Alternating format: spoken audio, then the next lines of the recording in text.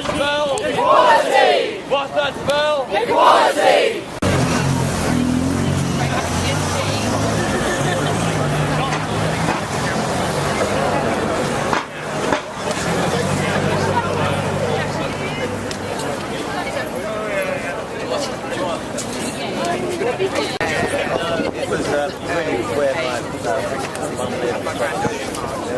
Thank you so much for getting us to the point where it really does feel that at long last we are on the edge of finally getting equal marriage.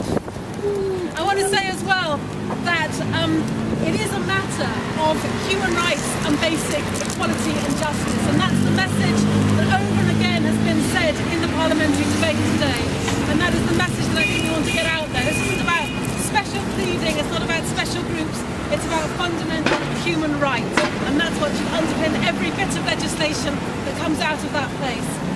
I'm thinking tonight of two friends of mine, two gay men who met each other and fell in love at the age of 16.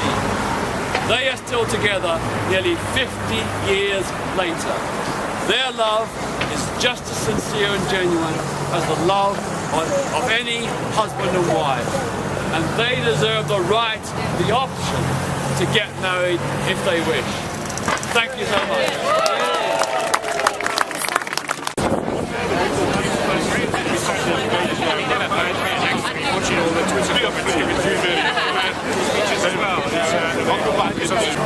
But I think we should focus on the positive rather than the minorities who today will be casting a negative vote. So well done everybody, and let's keep up the presence here, and as I say, 6 o'clock over the road. Committee room 9. It feels really wonderful to see this historic moment. I'm going to go back down to the House because I think it'll be about 2 or 3 minutes when we'll actually hear the result, and if you will forgive me, I quite want to be there to hear it. But well done on all your campaigning, and as Ed says, keep it up. My post bag and other MPs' post bags is very one-sided on this, and so please do, as Ed says, encourage people to make their voice heard. It's always easier to get people who are against something to make noise, but for those MPs who are perhaps a little bit less confident, they can be very worried by their post bags in this matter, so make sure you do, because second reading, if we get it, is great, but we also need to make sure it gets all the way through the House. So well done, keep going, and let's hope we're all celebrating very shortly.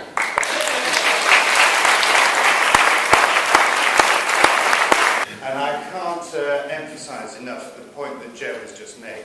It really is important that you get everybody to write to us, because that is what is swaying the people that are making these decisions. They are nervous about their electorate, they're nervous about their party membership, and unfortunately the churches and the groups and the like have been very good in mobilising their troops. So please do what you can when you go back. I'm going to go back into the chamber now because, like Joe, I want to hear the results. As she said, that the I lobby is packed, so I think we are on for a good result. I just wish that more from my party had voted for it. There you go. Thank you.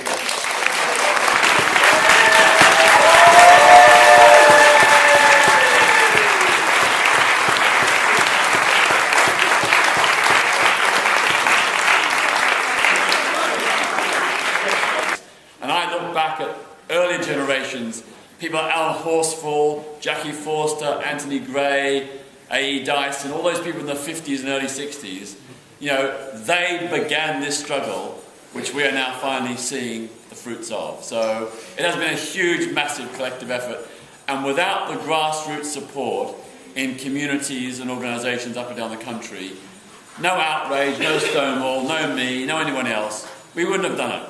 It's down to grassroots activists like you, so give yourself a round of applause.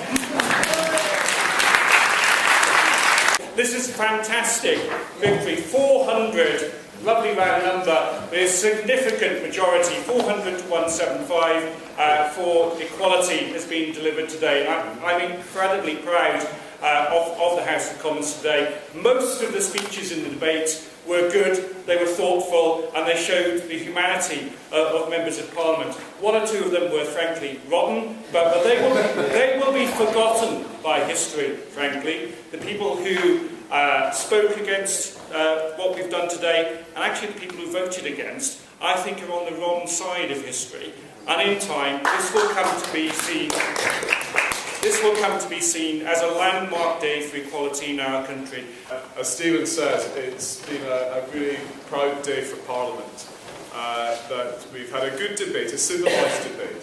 I was actually a little worried at the start that some of the language might have been hostile and the debate could have got very nasty, but it didn't, and I think both sides were listened to with respect. I'm just delighted that the measure has passed its second reading by a very comfortable margin, and as Stephen says, will now go up to committee, and hopefully, I genuinely hope the government will be amenable to address some of the sensible concerns and suggestions that have been made.